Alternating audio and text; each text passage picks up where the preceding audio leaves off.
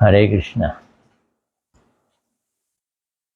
श्रील प्रभुपाद जी का उपदेशामृत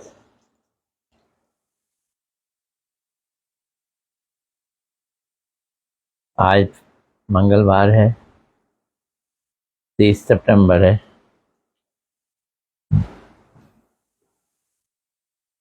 हम लोग शुक्रवार के बाद आज इकट्ठा हो रहे हैं, मिलेंगे। आज जम के बारिश हो रही है, ऐसा लग रहा है सावन भादों आ गया। चतुर्मास तो चल ही रहा है, कुछ दिनों बाद तो कार्तिक शुरू हो जाएगा।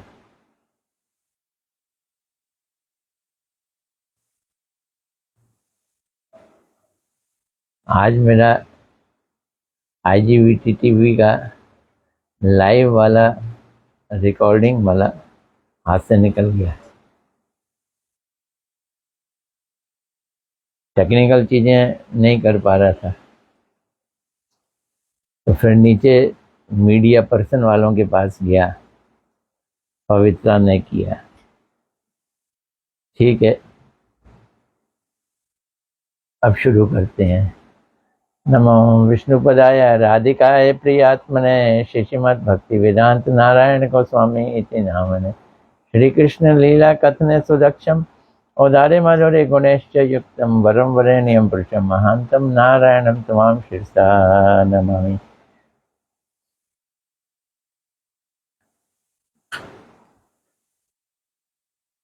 आज का पहला प्रश्न देखो कैसे प्रश्न करते हैं।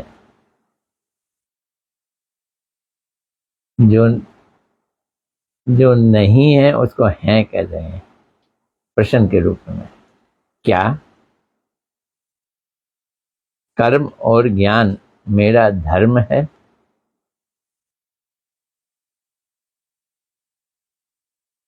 श्रील रूप गोस्वामी जी कहते हैं ना, ज्ञान कर्म आद्य अनावृतम। भक्ति वो है जो ज्ञान कर्म से ढकी हुई ना हो। प्रभुपाद जी क्या कह रहे हैं सुनेंगे। प्रभुपाद जी कह रहे हैं, नहीं, कर्म ज्ञान हमारा धर्म नहीं। कर्मी होना या ज्ञानी होना जीव का प्रयोजन विषय नहीं है। क्या मतलब? This is not the purpose of life. जीव का प्रयोजन विषय नहीं है। प्रयोजन मतलब उसका उद्देश्य, जीवन का उद्देश्य नहीं है ये कर्म और ज्ञान। कर्म और ज्ञान जीवात्मा के धर्म भी नहीं है।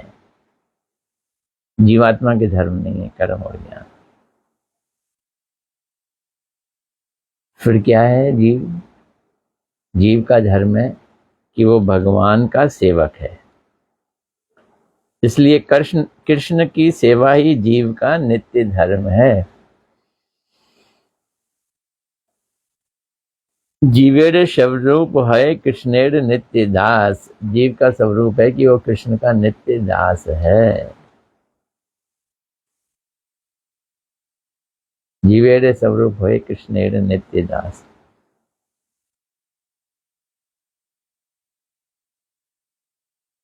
तो जीव का नित्य दास होना हमारा धर्म है। कर्म और ज्ञान हमारा धर्म नहीं है। कर्म करेंगे कर्मी हो गए, ज्ञान करेंगे ज्ञानी हो गए। तो प्रभुपाद जी कहते हैं कर्मी और ज्ञानी दोनों ही स्वार्थी होते हैं। दोनों ही अपने सुख को लेकर व्यस्त हैं। वे लोग भगवान के भक्त नहीं हैं बल्कि अभक्त हैं। कौन? कर्मी और ज्ञानी। इसलिए भगवान सज्जन व्यक्ति कर्मी या ज्ञानी न होकर भगवान के चरण कमलों का आश्रय करते हुए भक्ति पथ पर विचरण करते हैं। काम हम किससे करते हैं? इंद्रियों से करते हैं ना। कर्म करना इंद्रियों का कार्य है। हम इंद्रियां नहीं है, हम शरीर नहीं है, और ज्ञान भी बुद्धि का कार्य है, हम बुद्धि भी नहीं है, हम तो आत्मा है। आत्मा का कार्य भगवान की सेवा करना। खैर, ये एक प्रश्न हो गया। अब दूसरा प्रश्न ले लेते हैं।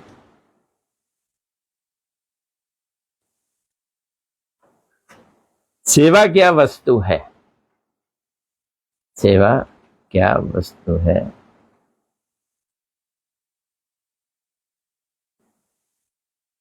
ये भी वस्तु है। जो वास्तविक है वो वस्तु है। जो वसती, जो एग्जिस्ट करती है वो वस्तु है।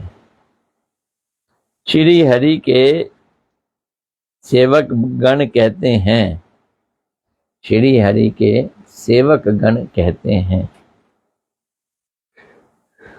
हे जीव तुम हरि की सेवा करो। तुम हरि की सेवा, कौन कह रहा है? भगवान के सेवक कह रहे हैं। और कुछ भी मत करो। हरि सेवा के नाम पर अपना इंद्रिय तर्पण नहीं करना। अब आदत ही पड़ी है ना इंद्रिय तर्पण। तर्पण मैंने सब खुश करना। जैसे पितरों का तर्पण करते हैं, श्राद्ध को तर्पण कहते हैं। तर्पण मैंने प्रसन्न करना। हमें आदत पड़ी हुई है किस चीज की? इंद्रियों को सुखी करने की आदत पड़ी हुई है।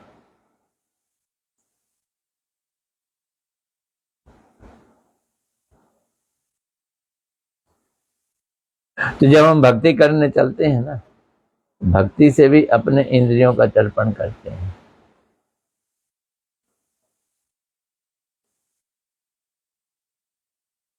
तुम्हारे बहिर्मुख आत्मीय स्वजनों का सुख जिसमें हो, तुम्हारे बहिर्मुख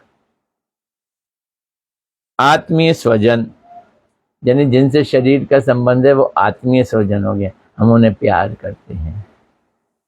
हम तो उन्हें प्यार करते हैं, पर वो हैं कौन? वो बहिर्मुख हैं, वो भक्त नहीं है। ऐसे हमारे स्वजन, उनका सुख जिसमें हो, उसी प्रकार के कार्यों को करने का नाम सेवा नहीं है।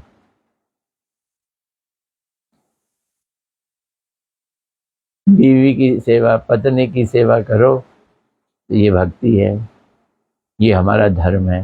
नहीं, ये हमारा धर्म नहीं है। बच्चों की सेवा करो, ये हमारा धर्म है, ये भी हमारा धर्म नहीं है। ये बहिर्मुख स्वजन हैं, इनकी सेवा करना हमारा धर्म नहीं है। हाँ, ये बात हो रही कि बच्चे अगर वैष्णव हैं, माता पिता वैष्णव हैं, पत्नी पति एक दूसरे के द्वारा भक्ति पथ पर चलते हैं, तो फिर ये सेवाएं वैष्णव सेवा हो जाती हैं। हमने देखा रघुनाथ दास गोस्वामी जी के जीवन काल में जब वो महाप्रभु जी के पास आए तो महाप्रभु जी ने उन्हें अपने पास रख लिया और कहा, ठीक किया तुम अपने माता पिता को छोड़ के आ गए। वो वैष्णव नहीं है, उनका नाम दिया वैष्णव प्रायः। नियम पालन करते थे, खान पान उनका वैष्णव जैसे ही था, लेकिन वो पूर्ण वैष्णव नहीं थे। वैष्णव ऊपर ऊपर से थे, तो उनको छोड़ दिया। अच्छा किया तुमने। उसी के विरुद्ध महाप्रभु जी ने गोपाल भट्ट गोस्वामी को कहा, तुम अपने माता पिता की सेवा करना जब तक वो रहें। अब उनके माता पिता वेंकट भट्ट बड़े जबरदस्त वैष्णव थे, और वो जब चले जाएंगे तब तुम वृंदावन आ जाना।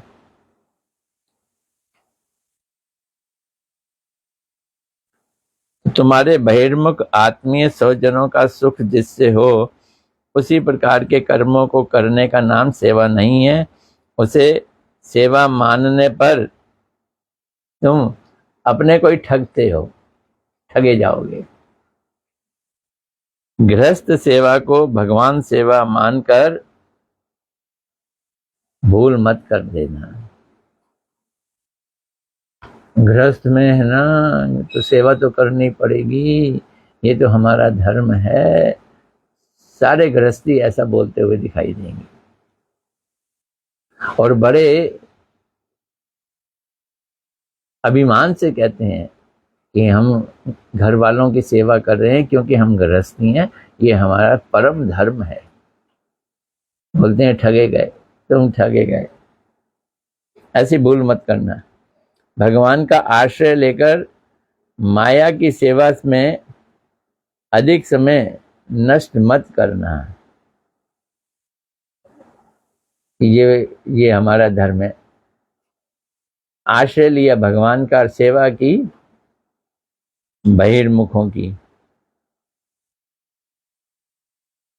उसमें तुम्हारा मंगल नहीं होगा, परंतु दिन प्रतिदिन संसार में ही आसक्त हो जाओगे और भगवान की प्राप्ति नहीं होगी। प्रभुपाद जी वार्निंग दे रहे हैं, चेता रहे हैं।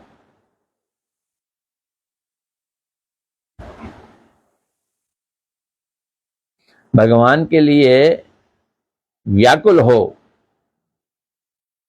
ये बड़ी जरूरी चीज है। यही नहीं होता ना, इसमें मैं मार खा जाता हूँ। भगवान के लिए व्याकुल हो तब तो भगवान पाओगे ना। व्याकुल हो रहे हो घर वालों के लिए और संग में माला जाप कर रहे हो, तो ये भगवान के बहाने इंद्रिय तर्पण कर रहे हो।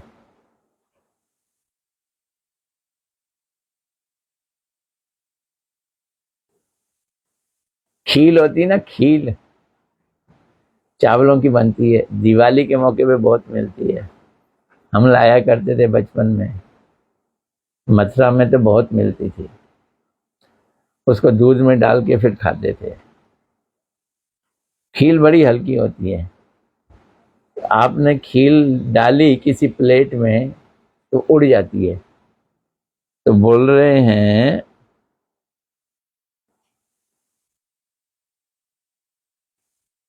उड़ती खील, तुम्हारी हवा चली, खील उड़ गई, प्लेट से उड़ गई। और जब खील उड़ रही है तो तुम कह रहे हो कृष्णाय नमः, कृष्ण को दे दी। खील किसको दे दी? कृष्ण को दे दी। कृष्णाय नमः। तो क्या कृष्ण की सेवा हो गई? हमें ऐसे कृष्ण की सेवा करते हैं। कृष्ण को धोखा देने पर स्वयं ही धोखे में पड़ जाओगे। धोखा दे किसको रहे हैं हम? कृष्ण को दे रहे हैं या अपने आप को धोखा दे रहे हैं? इसलिए कहता हूं चतुर हो। चतुर आदमी धोखा नहीं खाता।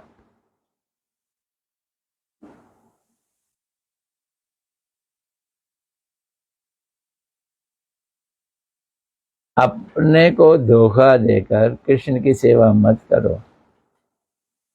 अन्य सभी को धोखा देकर कृष्ण की सेवा करो। क्या प्रभुपाद जी कह रहे?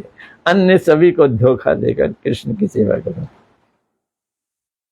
तभी अंतर्यामी कृष्ण प्रसन्न होंगे। ये दूसरा प्रश्न था। आइए तीसरा प्रश्न पकड़ते हैं। क्या हरि भजन रहित जीवन व्यर्थ है? प्रभुपाद जी के प्रश्न करने का स्टाइल ही देखो अलग है।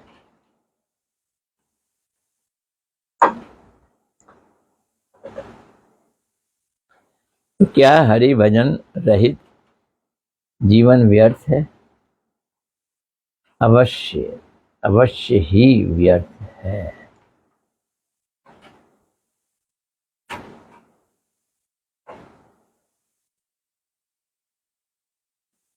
होना तो ये चाहिए। क्या? खाने की कोई आवश्यकता नहीं, पीने की कोई आवश्यकता नहीं। यदि कृष्ण भजन नहीं करता हो तो ना खाना ना पीना। हम तो सबसे पहले उठते हैं, पानी पीते हैं।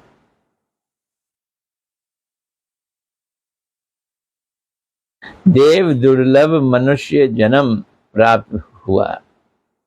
यदि कृष्ण भजन ही नहीं हुआ तब तो जन्म जन्मांतर के लिए असुविधा में पड़ना पड़ेगा। अगर इस जीवन में कृष्ण भजन नहीं हुआ तो क्या होगा?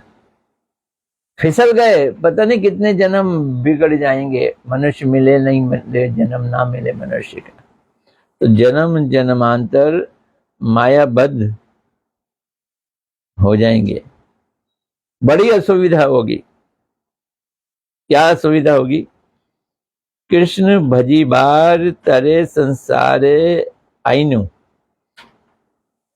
संसार में आए हो तो कृष्ण को भजन करो, तभी तरोगे। मीछे माया बद्ध है वृक्ष सम हेनु। और नहीं भजन किया तो माया में बद्ध हो जाओगे, पेड़ जैसे बन जाओगे, पेड़ ही बन जाओगे। अर्थात कृष्ण भजन करने के लिए संसार में आया है तो, परंतु झूठी माया में बंध कर वृक्ष के समान हो गया है। अभी भी वृक्ष के समान, मरने के बाद फिर वृक्ष ही बन जाएंगे। पशु मनुष्य होते हैं हरि भजन करने के लिए।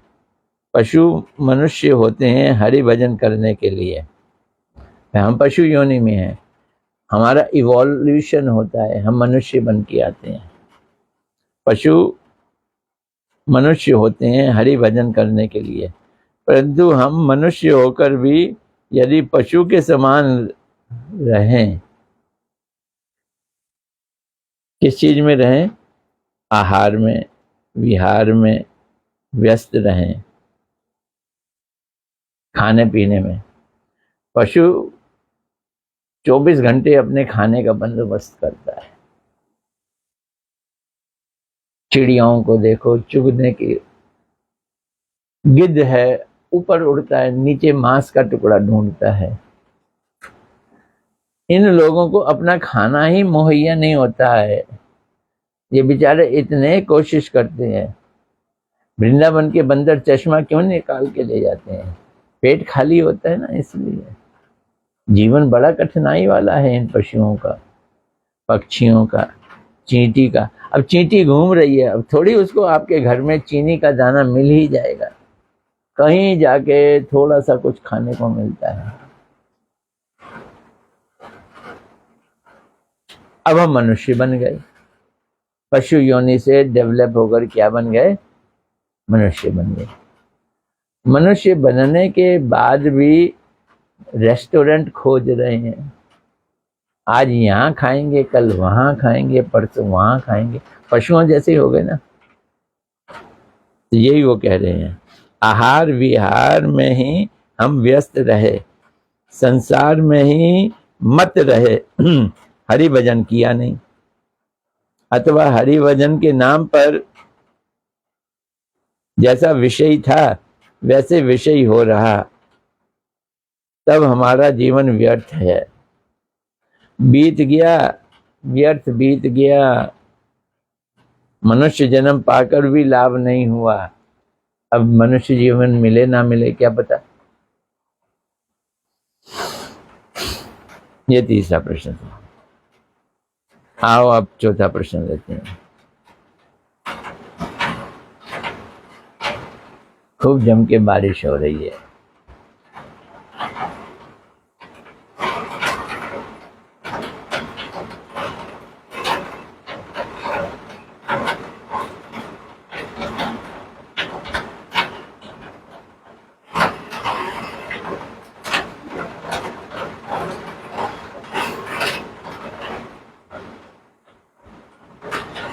एक प्रश्न है, क्या नाम संकीर्तन ही साधन शिरोमणि है? इसमें प्रभुपाद जी ने बहुत खुल के व्याख्याएं दी हैं, उसको हम कल लेंगे। आज हम ये प्रश्न ले रहे हैं, छोटा वाला। श्री कृष्ण संकीर्तन कहते किसे हैं? श्री कृष्ण संकीर्तन किसे कहते हैं?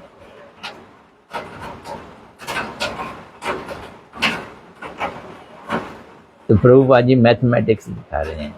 श्री कृष्ण प्लस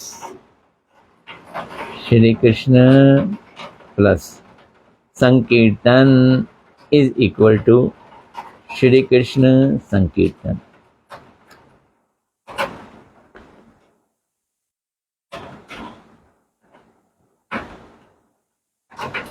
फिर आगे बोल रहे हैं श्री कृष्ण क्या है? श्री प्लस कृष्ण,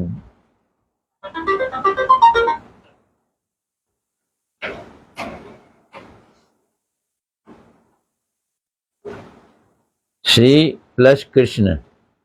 श्री मैंने लक्ष्मी, अर्थात सब लक्ष्मियों की शिरोमणि अंशिनी श्रीमती गंधर्वा यानी Radha Rani. Shri Krishna sankirtan is equal to Shri Krishna plus sankirtan, और Shri Krishna is equal to Shri plus Krishna. Shri मैंने लक्ष्मी, लक्ष्मियों की मूल राधा रानी। अतः श्री कृष्ण कहने से राधा कृष्ण हो जाएगा। कृष्ण राधा जी के साथ गिरिधर ब्रजेंद्र नंदन का पता चलता है।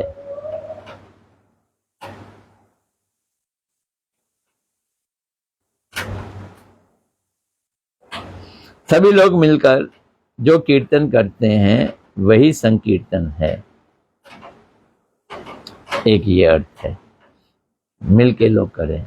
या दूसरा अर्थ है और दिखा रहे हैं प्रभुपाद जी, सम्यक कीर्तन का अर्थ संकीर्तन है, अर्थात श्री कृष्ण का नाम, रूप, गुण, परिकर, वैशिष्ट एवं लीलाओं के कीर्तन का नाम ही संकीर्तन है। क्या बात है।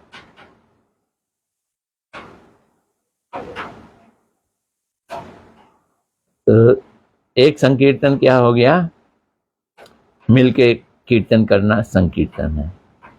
और एक है सम्यक कीर्तन, परफेक्ट। सम्यक मैंने ठीक ठीक, सही सही कीर्तन, संपूर्ण रूप से कीर्तन। तो वो क्या है? श्री कृष्ण के नाम, रूप, गुण, परिकर, वैशिष्ट एवं लीलाओं का कीर्तन का नाम ही संकीर्तन है। तो जो हम भागवत पाठ वगैरह करते हैं, जिसमें कृष्ण के नाम का, लीलाओं का, गुण का, रूप का वर्णन है, ये भी कृष्ण संकीर्तन है।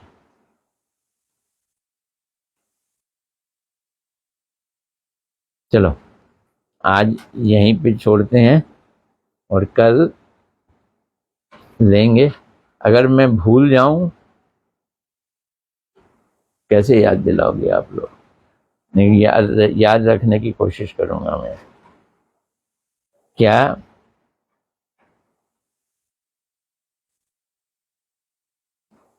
ये बड़ा लंबा प्रश्न है। क्या नाम संकीर्तन ही साधन शिरोमणि है? ये प्रश्न है।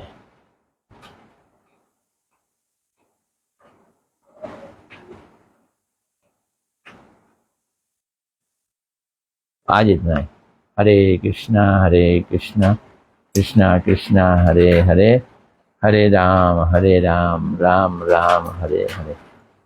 देखो कौन कौन आया है।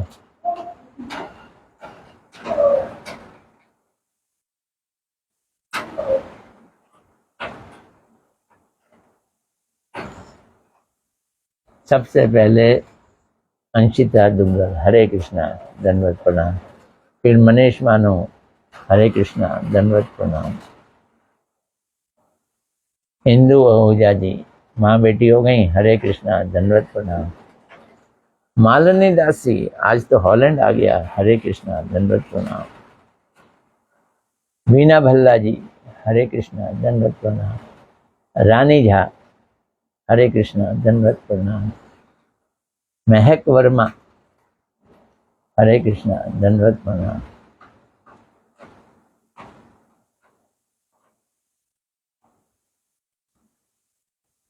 नीतू गुप्ता, हरे कृष्णा, दंडवत प्रणाम। ये तो नया नाम लग रहा है मुझको, हरे कृष्णा। श्वेता वर्मा, हरे कृष्णा, दंडवत प्रणाम। करण, हरे कृष्णा, दंडवत प्रणाम।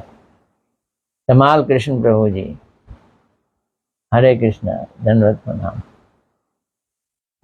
ये एक नया नाम आया है, विकास राय, हरे कृष्णा, दंडवत प्रणाम। मीना शर्मा जी, हरे कृष्णा, दंडवत प्रणाम। दीपा बिष्ट जी, हरे कृष्णा, दंडवत प्रणाम।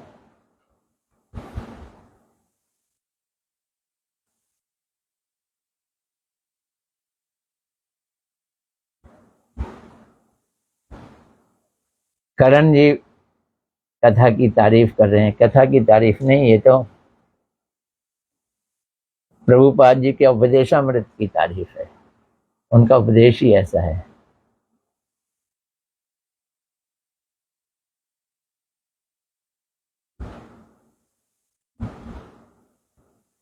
श्वेता शर्मा बता रही हैं वो यूएसए से हैं। श्वेता जी, अच्छा, हरे कृष्णा।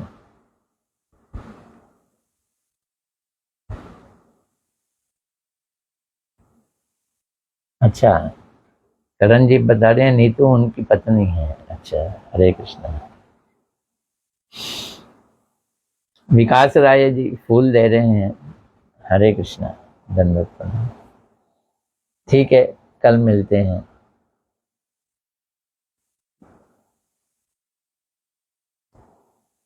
हरे कृष्णा, यहीं रोकता हूँ मैं।